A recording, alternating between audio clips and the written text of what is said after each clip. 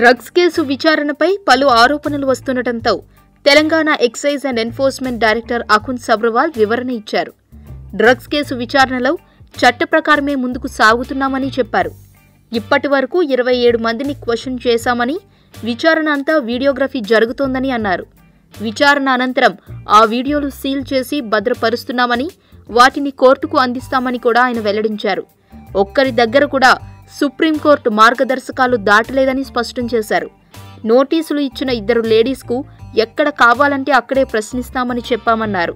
వీళ్లలో ఒక ఆమె సిట్ ఆఫీస్కు వస్తామని అతని తండ్రి ద్వారా చెప్పిందన్నారు.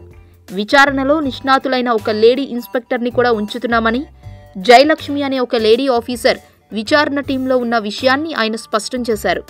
ఇకపై ఈ కేసు దర్యాప్తు విషయాల్ని అధికారికంగా వెల్లడించేందుకు 2 నియమిస్తున్నామని, సరైన నాలెడ్జ్ లేకుండా కొంతమంది ఈ కేసు విషయమై మాట్లాడుతున్నారని, వాళ్లకు బేస్ ఏంటని అకున్ సబ్రవాల్ ప్రశ్నించారు.